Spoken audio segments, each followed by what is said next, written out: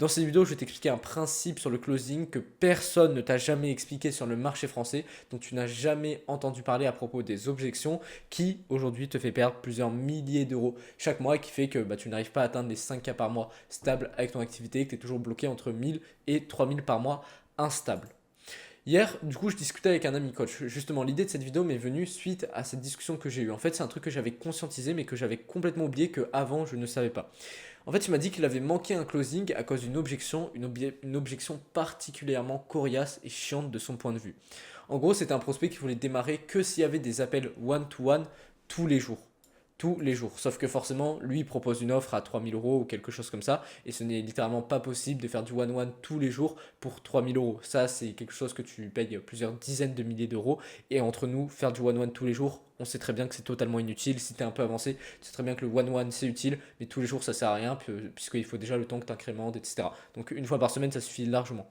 Mon ami du coup il lui a rationnellement expliqué pourquoi ce serait inutile, que le grouper en petits comités suffirait largement par rapport à sa situation à lui. Donc en gros il lui a donné des arguments rationnels. Et c'est pas quelqu'un qui est nul en vente en plus, sur pourquoi est-ce que c'était absolument essentiel pour lui, c'était beaucoup mieux de partir sur une solution groupée. Mais rien, le prospect, malgré toutes les explications rationnelles de mon ami, le prospect restait campé sur sa position, c'est-à-dire que ça a été un combat de coq qui a duré pendant 1 heure et demie.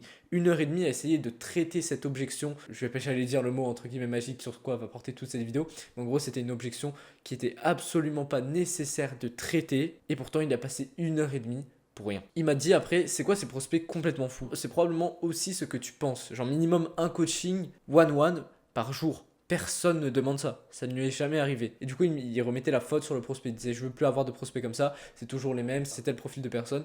Mais non, c'est toi qui te trompes. En fait, en faisant ça, tu remets la faute sur le prospect et préfères t'indigner plutôt que de te remettre en question. C'est certes plus agréable parce que ça satisfait ton ego, parce que tu te dis que ce n'est pas ta faute, que tu dois avoir des meilleurs prospects, que toi, de ton côté, tu es très bon. Ça va certes booster ton ego, mais ça va pas faire en sorte que tu aies de l'argent sur ton compte bancaire.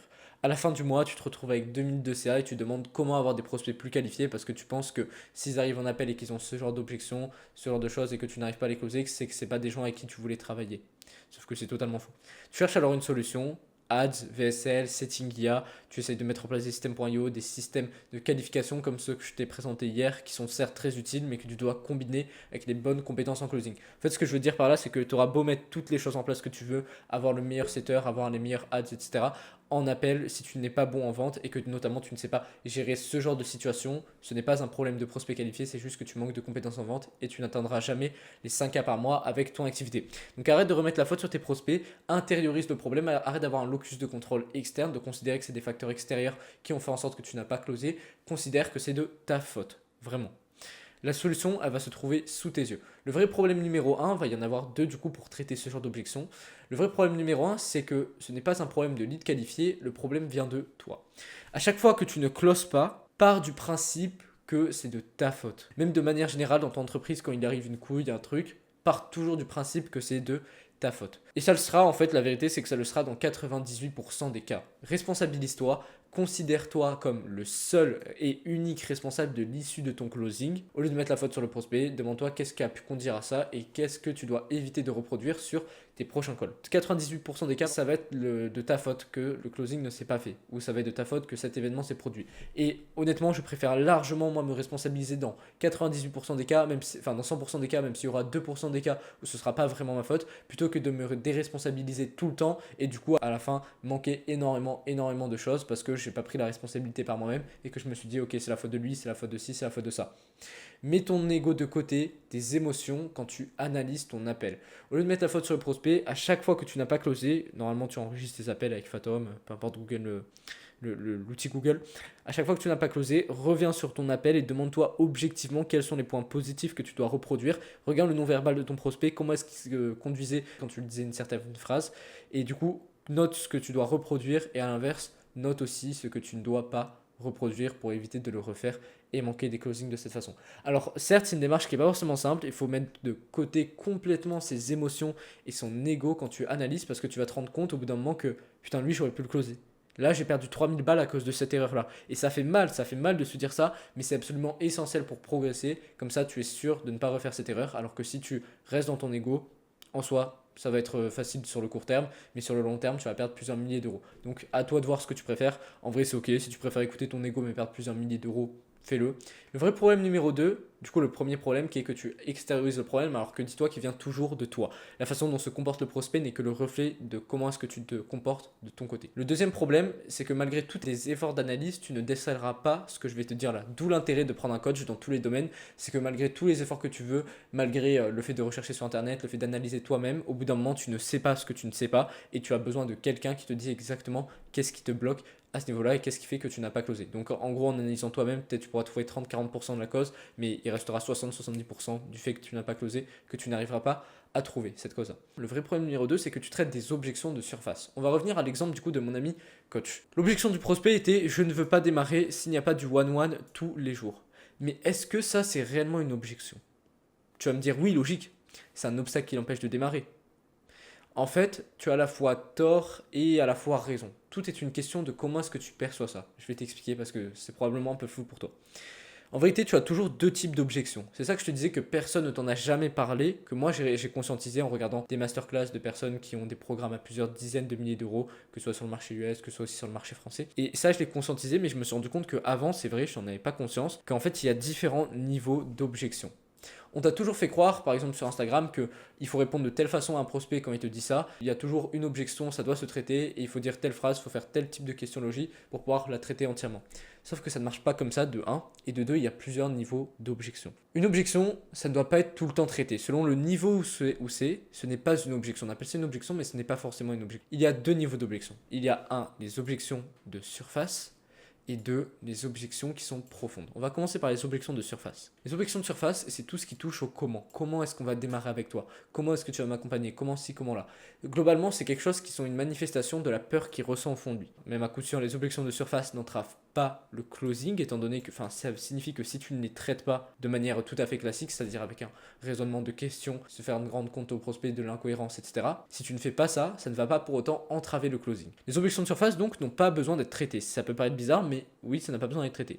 Et quand c'est une objection de surface, c'est à 99% des cas l'ancienne identité qui parle pour le prospect. Tout ce qui est objection de surface, c'est des choses qui touchent au comment, sur comment est-ce que tu vas m'accompagner, comment ci, comment là, et tu sais que c'est de la peur qui parle parce que c'est de la nouveauté pour lui. Il essaie de se rassurer via sa partie consciente, alors que c'est la partie inconsciente qui va prendre la décision. Dans sa partie inconsciente, c'est déjà que tu es la bonne personne qui veut démarrer, mais l'objection de surface, la partie consciente, l'empêche de démarrer. Donc ça peut être comment est-ce que tu vas m'accompagner, je peux en parler à ma femme, ça peut être j'ai besoin d'y réfléchir, tout ça c'est des objections de surface. On peut appeler ça aussi des écrans de fumée. Les objections profondes. Quoi? Peur rationnelle, enfin c'est des objections qui sont touchées à de la peur ou du rationnel. C'est-à-dire que quand tu as une objection de surface, c'est toujours de la peur. Objection profonde, ça peut être peur comme rationnel. C'est-à-dire que par exemple, un prospect qui te dit qu'il a peur d'investir, c'est de la peur, mais c'est une objection profonde, puisque si tu ne la traites pas, tu ne vas pas pouvoir closer. L'objection profonde donc entrave le closing, elle a besoin absolument d'être traitée, c'est des objections donc on voit 90% des cas, et c'est l'ancienne ou la nouvelle identité qui parle. Ça peut être aussi la nouvelle identité qui parle, c'est l'identité du courage, mais il a toujours l'ancienne qui essaye de le ramener, tu vois. Alors qu'ici c'est toujours l'ancienne identité qui va parler pour lui. Par exemple, quand il te dit qu'il a peur d'investir, il avoue qu'il a peur d'investir, donc c'est la nouvelle identité qu'il avoue qu'il a peur d'investir, mais c'est l'ancienne qui a cette peur, tu vois ce que je veux dire? Test. Je vais tester là ton niveau justement d'à quel point est-ce que tu de comment est-ce que tu considères ce qui est une objection profonde versus une objection de surface. Par exemple, si tu as une objection, j'ai peur d'investir. Est-ce que c'est une objection de surface ou profonde? Et l'objection, je ne veux pas démarrer que s'il y a du one, je ne veux démarrer que s'il y a du one-one tous les jours. C'est profond ou est-ce que c'est surface? Je te laisse répondre à ces deux questions, je te laisse 3 secondes. L'objection, j'ai peur d'investir, c'est une objection profonde. Je pense que tu l'as deviné, étant donné que si tu ne la traites pas, il ne va pas pouvoir te faire le virement. L'objection, je veux démarrer que s'il y a du one-one tous les jours, ça va être bien évidemment une objection de surface, tu l'as deviné. C'est-à-dire que si tu ne traites pas cette objection-là, c'est totalement possible de faire démarrer le prospect. Et donc là, tu vas probablement te dire, mais comment réagir si cette objection ne doit pas être traitée? C'est une objection de surface, mais comment tu fais? C'est-à-dire que le prospect il te dit ça, tu ne la traites pas, mais du coup forcément il va rester sur cette position-là. Et bien en vérité, ça passe, comme je l'ai dit, vu que c'est la voix de la peur qui parle pour lui, c'est l'ancienne identité, ça passe par le rassurer et aller dans son sens. L'objection de surface, c'est qu'une manifestation de la peur de l'ancienne identité du prospect. Exemple pour l'objection du prospect que mon ami a eu en appel, je veux du one-one tous les jours. Ce qu'il a fait mon ami en réaction à ça, c'est essayer de lui dire ok, pourquoi est-ce que tu recherches du one-one? Qu'est-ce qui fait que tu considères que c'est nécessaire le one-one, sachant que tous mes élèves qui font du groupé ont tous des résultats. Enfin bref, c'est un raisonnement de questions très logiques qu'il a mis en place, alors que là, c'était juste de la peur qui parlait pour lui. Justement, la première chose que je lui ai demandé face à ce prospect-là, je lui ai dit, attends, s'il te dit ça, je pense que c'est parce que justement, il avait mal investi par le passé, il a peur de refaire d'avoir une mauvaise expérience, un mauvais suivi, donc il veut s'assurer qu'il a du one-one tous les jours. Est-ce que je me trompe? Il m'a dit non, c'est sûr, il a déjà investi, il a une mauvaise expérience. En fait, c'est sûr à 100%. Un prospect qui te dit ça, c'est parce qu'il a déjà eu une mauvaise expérience. Donc, faut pas se dire, c'est un mec qui dit n'importe quoi, il est complètement fou. Non, c'est qu'il a eu une mauvaise expérience. Donc, c'est ancienne identité qui parle pour lui.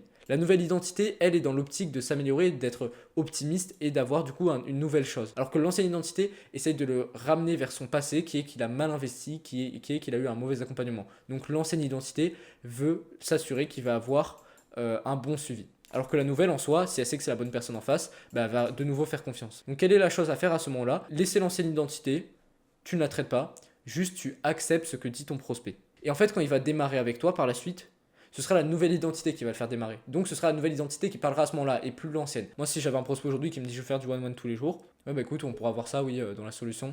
Avec plaisir. Qu'est-ce qui fait du coup que tu recherches du one-one? Voilà, juste j'essaye de comprendre pourquoi est-ce qu'il recherche. S'il y a un truc à traiter plus profond, je le traite. Mais globalement, je lui dis oui, ok. Ok.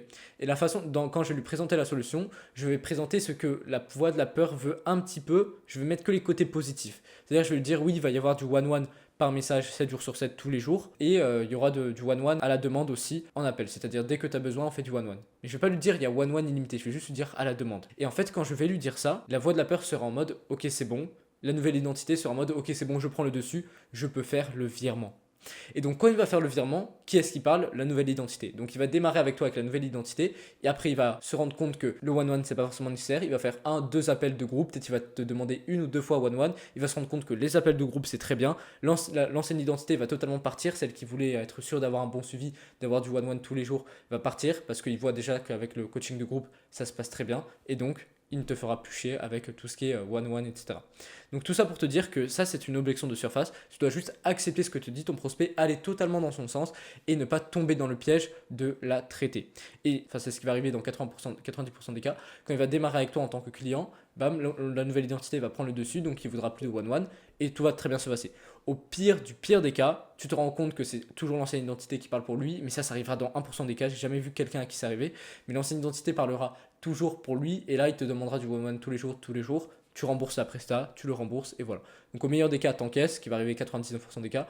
Au pire des cas, 1% des cas, tu le rembourses. Donc est-ce que tu veux perdre de l'argent comme ça inutilement, sachant que dans 99% des cas, tout va très bien se passer? C'est à toi de répondre. Mais moi je te dis que ça vaut clairement plus le coup de le faire entrer, de voir ce que ça donne. Mais la nouvelle identité parlera pour lui, tu verras. En fait, 99% des closers, ils s'attardent sur l'objection de surface. Consciemment, avec les objections de surface, ton prospect veut avoir ce qu'il te dit dans l'objection de surface. Exemple, quand il te demande le one-one, oui, il veut que tu creuses pourquoi est-ce qu'il veut le one-one. De manière consciente, il veut que tu t'adaptes à lui. Il veut que tu fasses l'offre personnalisée, qu'il veut vraiment du one-one, qu'il ait tout le temps du one-one, tous les jours avec toi, prévu dans l'agenda. Voilà ce que sa partie consciente veut.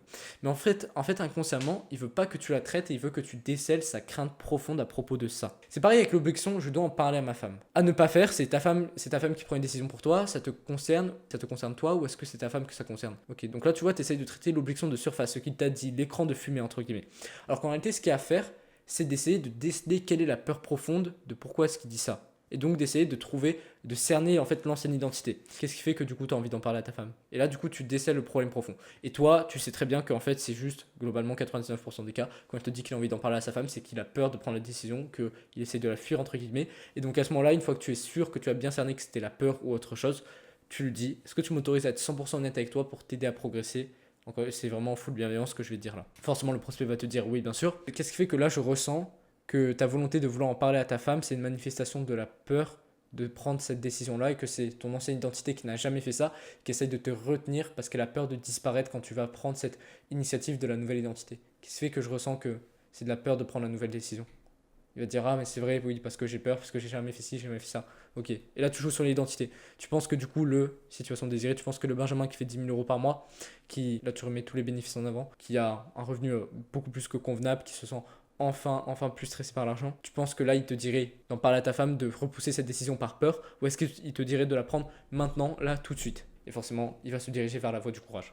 Donc voilà, en fait, l'idée avec les objections de surface, c'est soit de passer totalement dessus quand ça traite beaucoup trop de comment, exemple, comment est-ce que je vais démarrer avec toi, je du one-one tous les jours et tout, juste d'aller dans le sens du prospect. Quand il va démarrer la presse avec toi, il verra que ce sera très bien parce que toi tu sais ce qui est la meilleure chose pour lui. Ou soit d'essayer de déceler quel est le problème profond avec ça. Quand par exemple il te dit qu'il va en parler à sa femme, mais pas de la traiter de surface, parce qu'en fait quand tu vas la traiter en surface, tu vas faire baisser ta valeur perçue. Donc si tu traites l'objection de surface, c'est comme si tu n'arrivais pas à lire son inconscience, c'est comme si tu n'arrivais pas à lire la personne qu'il est vraiment. Si tu traites les objections de surface et que tu ne comprends pas en profondeur, et donc que tu ne comprends pas quelles sont ces problématiques profondes, tu vois. À l'inverse, quand tu es quelqu'un qui arrive à lire en profondeur dans les gens et donc dans ton prospect, il va se dire, putain, là il a raison, il a décelé un truc que je me disais de manière inconsciente, mais que j'avais pas forcément conscientisé, que je disais juste que c'était, je devais en parler à ma femme. Et là il va se dire, ok, là j'ai confiance en lui. Il arrive à trouver des trucs beaucoup plus profonds, même si j'ai pas à lui dire. Tu vois, là ça fait augmenter ta valeur perçue, là il est sûr de démarrer avec toi. Donc voilà pour cette vidéo, soit tu traites les objections de surface en creusant profondément et en faisant une lecture profonde de ton prospect, soit tu passes simplement dessus, tu l'oublies, tu vas dans le sens de ton prospect, tu vois quand ça démarre, et quand c'est une objection profonde, bien évidemment, tu la traites. Rejoins le canal WhatsApp maintenant grâce au premier lien dans la description. Si tu veux apprendre à stabiliser les 5 000 € par mois stable du coup avec ton activité de coaching, tu as de la valeur toutes les semaines, des ressources exclusives une fois par semaine. C'est quelque chose de nouveau que j'ai mis en place. C'est-à-dire qu'une fois par semaine, je ne vais pas dire c'est quel jour, tu rejoins, tu as la ressource exclusive, tu as un script de vente que je te fournis, une trame de prospection exclusive à mes clients, un document sur la vente de plusieurs pages qui est vraiment hyper profond. C'est 100% gratuit, 100% offert. Les ressources exclusives, du coup, je préviens pas quand je les mets, sachant que tu peux pas voir l'historique des messages. S'il faut, si tu rejoins pas aujourd'hui, tu loupes la ressource exclusive de la semaine. Donc, si tu veux continuer à perdre de la valeur, sachant que ces ressources exclusives peuvent vraiment te permettre de stabiliser les 5K par mois, si tu veux continuer de perdre cette valeur-là, en soi ne le rejoins pas, mais si tu veux vraiment les stabiliser, tu sais ce qu'il te reste à faire. Tu le rejoins quand tu veux, tu le quittes quand tu veux. Moi, je te dis à tout de suite dessus et je te dis à demain pour une autre vidéo.